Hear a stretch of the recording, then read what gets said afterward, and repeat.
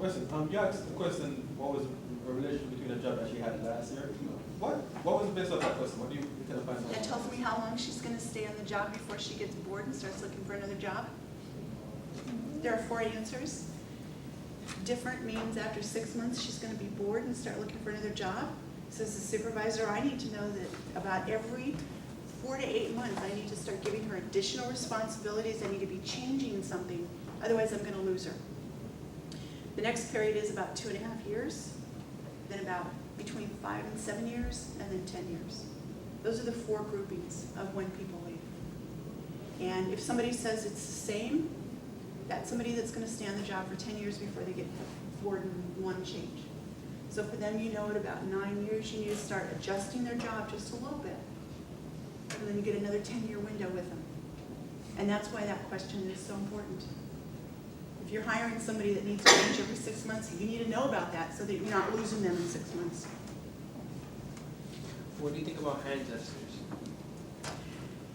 What do you mean? Like when you're interviewing and you're trying to explain. Oh, yeah, like you know, you talk with your hands.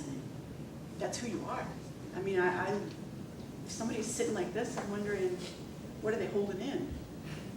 And so, you know, if you haven't noticed already, I talk with my hands, and so it doesn't bother me. I want to see who you really are as a candidate, because I want to know. Because if you're not who I think you are, and I hire you, and you turn out to be the wrong person, it's not going to last.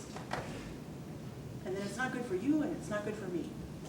And the whole idea in hiring is, I want to hire you, and I want you to stay, but I want you to be happy, and I want you to like what you're doing. I really prefer you love what you're going to do, because you know the reality is, if you love what you're doing, getting a paycheck is just something that you get. You have the passion. You wake up every morning. You want to go to work. You want to do the job. You want to make a difference. That's the win-win scenario. What advice would you have for candidates coming in with little experience? That's always a challenge. So then, with little experience, what else have you been doing with your time? If you need to get some volunteer experience to get on your resume, find something that you love to do where you can make a difference and get some volunteer experience for your resume. If you're recently out of school, what were the projects that you did in school? What extracurriculars did you have? I mean, I remember when I was in high school, my extracurriculars were 2 pages of my resume. You know, that's probably a little bit too much. But what were the most important ones? And you know, find a way to explain who you are and what you're doing. You know, oftentimes I'll see resumes where there's big gaps of employment. Well, as most recruiters will say, no, paper gone. A recruiter spends less than 15 seconds looking at a resume. That's how much you have to make that first impression. Read her tip sheets, use them, because they're really important. But once you get in the door, even on your resume, if you've got large gaps of experience, try to professionally explain them. For example, took care of an ill parent, family matter that required my utmost attention, stuff like that, attending school. And then the other thing is, if you can't find a volunteer organization to get involved in, you know, go to a church group, go to a religious organization, try to get involved in there, try to get involved with something that you're passionate about. Do you like working out? Get involved with a workout group.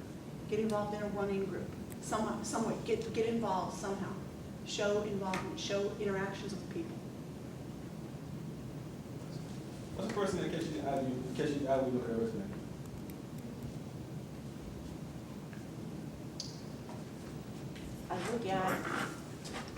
I look at the full.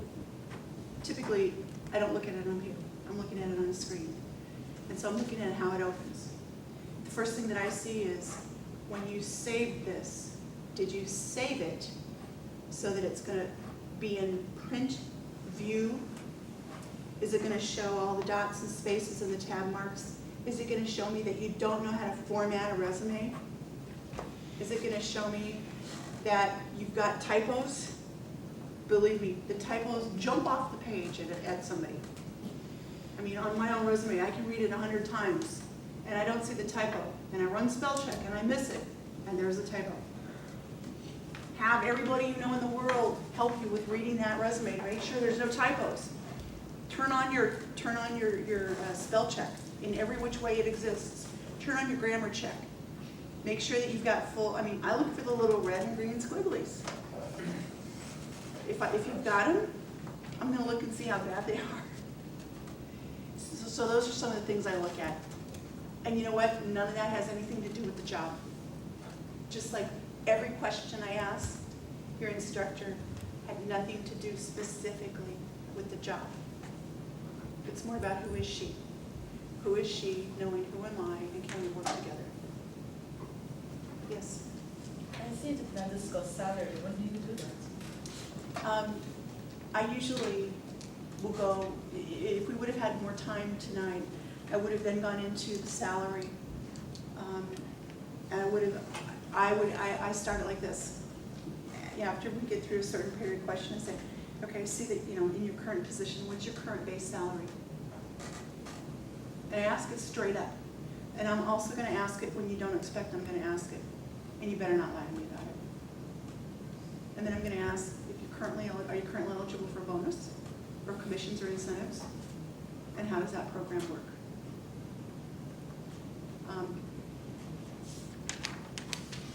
When I'm being interviewed, I'm not gonna tell you my salary. When I'm interviewing you, you better tell me your salary. We're bad like that. So, HR people, we're bad. I know, every job has a range they're gonna pay. If you can find out what that is before you interview, great. 2 thumbs up for you. But if you can't, don't ask. Don't ask during the interview. If they ask what you're making, answer honestly. If you used to be in a job that paid a whole lot more, and you're currently in a job that pays less, you might want to answer, I'm accustomed to earning in the range of this. Or I'm accustomed to earning X. Also, don't answer by the hour. If you answer an hourly rate, guess what? You're an hourly worker. Think about it. Try to always put it in an annual amount. Now, do you know how to multiply an hourly pay rate to an annual amount? You take your hourly rate times 2080. That gives you an annualized rate. Why do you do that? If you're coming in to interview for an hourly job, that's one thing. Remember, you're professionals.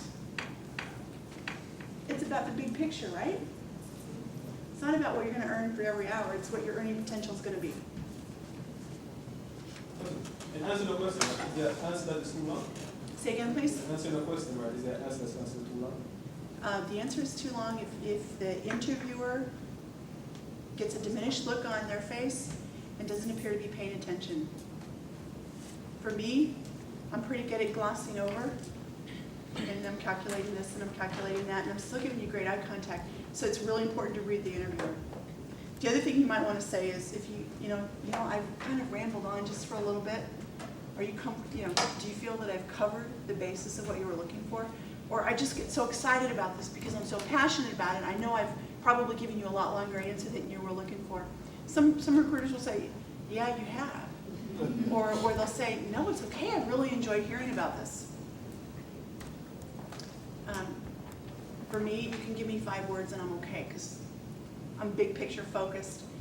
But thank